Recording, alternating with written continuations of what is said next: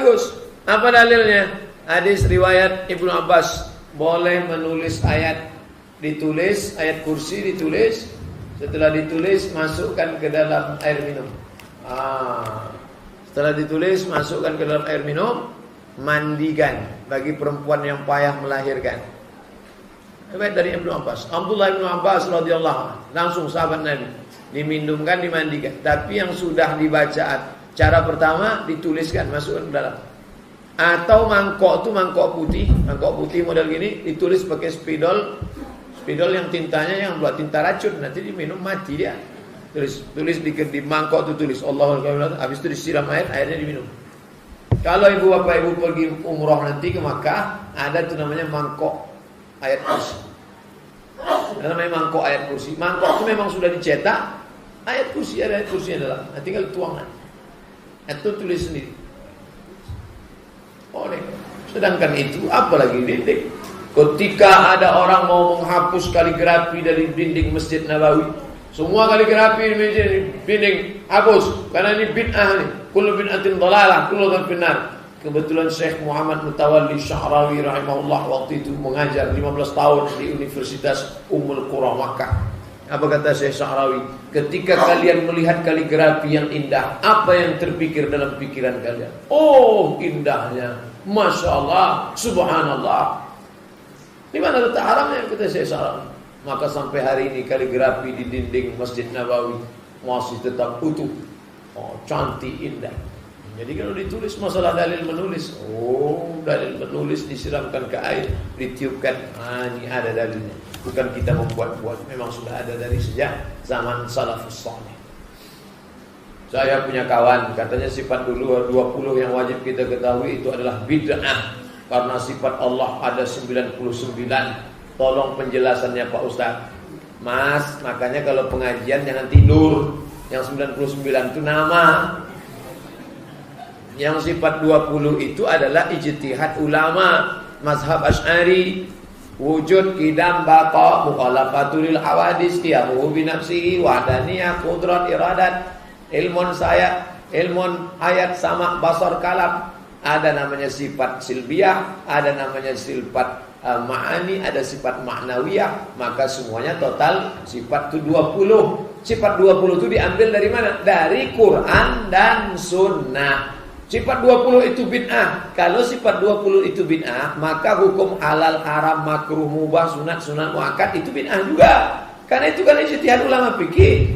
Kalau sifat 20 itu bid'ah, berarti ilmu usul fikih juga bid'ah. Karena ilmu usul fikih itu baru ada muncul tahun 204. Nama kitabnya Ar-Risalah, yang menulisnya Rabi' Al-Muradi, yang nyuruh nulisnya Imam Syafi'i. Rabi' Al-Muradi, sini sebentar. Datang mau Rabi' Al-Muradi, tolong tulis kitabku Ar-Risalah. Itulah ilmu usul fikih. Berarti bid'ah lah ilmu usul fikih itu baru ada abad ketiga, tahun 204 zaman Imam Syafi'i.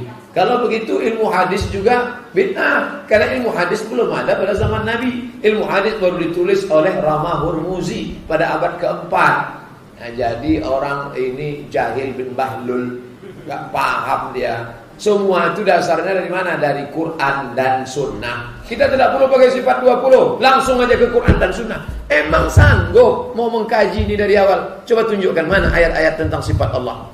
Membaca aja pontang-panting. Mari kembali ke Quran dan Sunnah. Begitu dibuka, coba baca.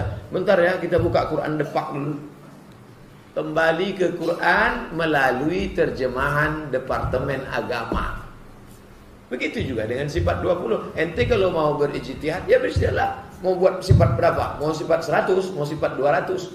Jangan salahkan ijtihad ulama. Ulama menggodok itu, maka dia wujud, qidam, baqa, mukhalafatul hawadis, yamin bin nafsi, wahdaniyah, qudrat, iradat, sama, basar, kalam, hayun, sama, basar, kalam. Nah, ini tentang masalah sifat 20 tidak bid'ah. Ijtihad ulama dalam masalah akidah. Apabila sholat taubat, apakah sholat taubat boleh dilaksanakan setiap waktu sholat, Pak Ustaz? Sholat taubat dilaksanakan unlimited edition. Pagi, petang, siang, sore, malam. Buya Hamka baca Quran. Buya Hamka baca Quran. Sudah baca Quran, sholat sunat 2 rakaat. Datang anaknya Irfan Hamka nanya, Buya tadi sholat apa? Sholat sunat taubat. Loh, memangnya Buya dosanya apa? Hatiku terlalu ingat pada almarhumah emak. Aku takut tauhidku rusak. Tengok lembutnya hati Buya Hamka. Sedangkan mengingat istrinya saja dia sholat sunat taubat, takut tauhidnya rusak. Ingat istrinya, apalagi kalau ingat istri orang. Bila sholat witir pada waktu malam tidur dilaksanakan, tapi sholat tahajud ketika tidak dapat dilaksanakan, apakah witir tersebut boleh? Ya, yang paling seelok-eloknya tahajud ditutup dengan witir, itu yang paling bagus. Karena kata Nabi, ij'alu akhir salatikum al-laila al-witra. Jadikan salat kamu terakhir malam witir. Nabi melaksanakan 8 tahajud ditutup dengan witir 3. Itu paling bagus. Tapi Nabi pesan kepada Abu Hurairah. Makanya jangan baca hadis satu saja. Hadis itu banyak. Kata Nabi kepada Abu Hurairah, "Ausani khalili." Orang yang paling aku sayangi, orang paling kucintai Muhammad SAW berpesan kepadaku an utira qabla naum, supaya aku witir sebelum tidur malam.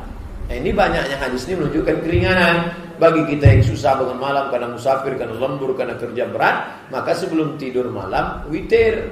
Nanti kalau malamnya bangun tahajud saja, jangan witir lagi. Kalau tidak terbangun sampai subuh Pak Ustaz, ya mau gimana? Memang sudah tak terbangun-bangun. Witirnya sah, tidak ada hubung kait dengan tahajud. Dia bukan macam wuduk sama salat. Siapa yang salat tidak pakai wuduk, salatnya tak sah. Dia tidak ada hubung kait. Siapa yang hanya witir saja tidak tahajud, maka witirnya tak diterima. Dah, witirnya tetap sah, diterima. Nah, ini tentang masalah witir sebelum tidur. Bagaimana sholat tahiyatul masjid dilakukan bila azan sudah dilaksanakan, sedang atau sudah dilaksanakan? Kalau kebetulan ibu bapak masuk masjid, muazin sedang azan, Allahu Akbar, Allahu Akbar, tegak, jawab azannya. Kenapa nunggu jawab azan? Karena kata Nabi, siapa yang menjawab seruan azan, mengucapkan seperti yang diucapkan muazin, kecuali hayya 'alas shalah al-falah diucapkan la haula wala quwata illa billah, ditutup dengan doa wasilah, Allahumma rabb hadhihi da'wati tammati was salatil qa'imah ati sayyidina Muhammadan al-wasilata wal fadilah wasyarafa wad darajatal 'aliyata rafi'ah wa ba'athu Allahumma maqaman mahmudan alladhi wa'ata, ditutup dengan innaka la tukhliful mi'ad halat lahu syafa'ati yaumil qiyamah, maka layaklah dia mendapatkan syafaatku hari kiamat. Itulah yang paling afdal. Jawab azan, tutup doa wasilah, habis itu baru sholat sunat tahiyatul masjid. Setelah tahiyatul masjid qobliyah. Misalnya besok subuh, yang paling bagus datang cepat, zikir, baca Quran, intizarus shalah ba'da shalah, menunggu sholat. Tapi kalau ada yang sholat sunatnya di rumah, rumahnya dekat, sholat sunat di rumah tak jadi masalah. Tapi kalau kira-kira rumahnya jauh, bagus datang cepat. Nabi sholat sunatnya di rumah. Nabi sholat sunat di rumah. Jarak dari tempat mimbar Nabi ke rumah 22 meter. Nah, balik dari sini ukurlah, yang 22 meter sholat di rumah. Tapi kalau terlalu jauh, nanti dia datangnya masbuk, lambat terus. Ada hadis lain menyebut intizarus sholat. Ini rumah kamu jauh dari sholat. Belok kanan Pak Ustaz, belok kiri, belok kanan, belok kiri, belok kanan, belok kiri. Sampai dia pun tak ingat tak berapa kali belok. Nah, oleh sebab itu maka pilihannya dua. Kalau dia datang cepat, bagus. Tapi kalau dia datang terlambat, hanya cukup untuk 2 rakaat. Nampak sudah jam dinding. 2. Hanya tinggal 2 menit lagi. Tak mungkin 2 salat. Maka laksanakan qabliyah subuh saja. Karena tak mungkin tahiyatul masjid. Kalau yang dilaksanakan tahiyatul masjid tak dapat qabliyah subuh. Tapi kalau yang dilaksanakan qabliyah subuh, otomatis dapat tahiyatul masjid. Tapi jangan gara-gara ini datang lambat terus.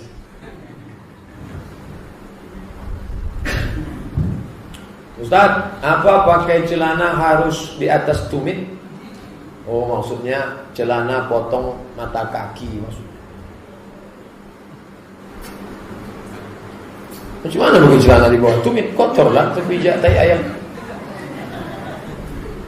Ma asfalal ka'baini finnar. Siapa yang pakai kain, pakai jubah, pakai celana bagi laki-laki di bawah mata kaki, maka masuk neraka. Maka gara-gara hadis ini banyaklah orang memotong celananya.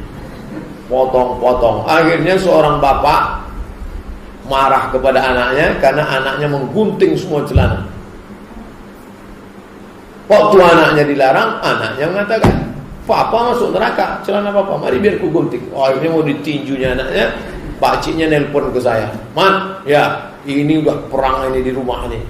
Oh, anak ini mau motong celana bapaknya, bapaknya sudah mau ngamuk. Gimana nih? Saya bilang, itu tak bisa lagi diceramahi. Bawa pindah ke rumah kamu agak berapa, tapi hati-hati celana kau pun dipotongnya bulan. Dia tak bisa, dia udah dipahamkan begitu. Pokoknya tak ada tawar menawar. Di bawah mata kaki, masuk neraka, potong. Hadisnya tidak satu, tuan. Ada hadis satu lagi, manjarra thawbahu khuyala. Siapa yang memanjangkan kaki celana karena sombong. Kalau tidak sombong, ora opo-opo.